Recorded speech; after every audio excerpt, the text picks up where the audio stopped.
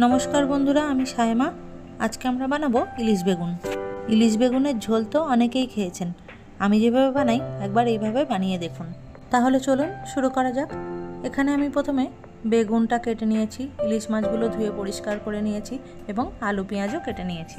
सर्वप्रथम आमरा माছে নুন हलुद माखिए मैरिनेट करे नेब।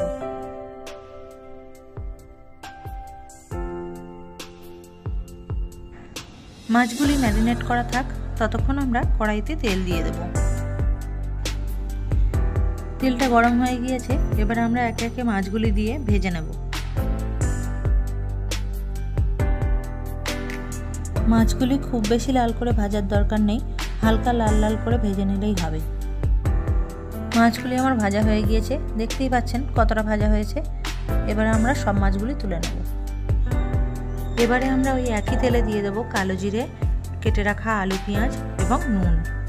নুনটা দেওয়ার পরে ভালো করে নাড়াচাড়া করে নেব 2 থেকে 3 মিনিট।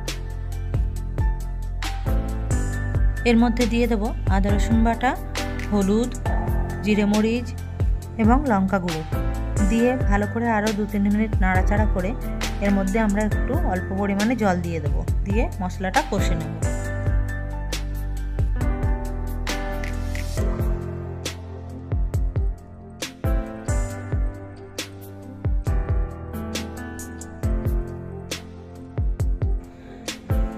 মশলাটা কষানো হয়ে গিয়েছে, ভালো করে তেল ছাড়া ছাড়া হয়ে গিয়েছে মশলাটা। এবারে আমরা এর মধ্যে দিয়ে দেব জল। জলটা দেওয়ার পরে আমরা এর মধ্যে কেটে রাখা বেগুনগুলো দিয়ে দেব।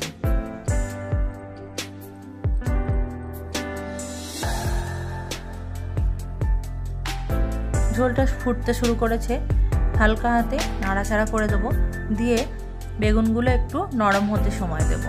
ততক্ষণে আমাদের ঝোলটাও অনেক শুকিয়ে আসবে। আলতো হাতে নাড়াচাড়া করব, বেগুনগুলো আমরা বেশি ঘাঁটাঘাঁটি করব না। এবারে আমরা এর মধ্যে ভেজে রাখা মাছগুলো দিয়ে দেব, দিয়ে আলতো হাতে নেড়ে চেড়ে চাপা দিয়ে কিছুক্ষণ রান্না করে নেব।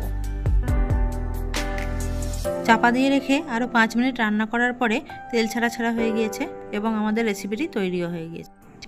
কেমন হয়েছে রেসিপিটি অবশ্যই জানাবেন বন্ধুরা, এবং ভালো লাগলে শেয়ার এবং সাবস্ক্রাইব করে নেবেন।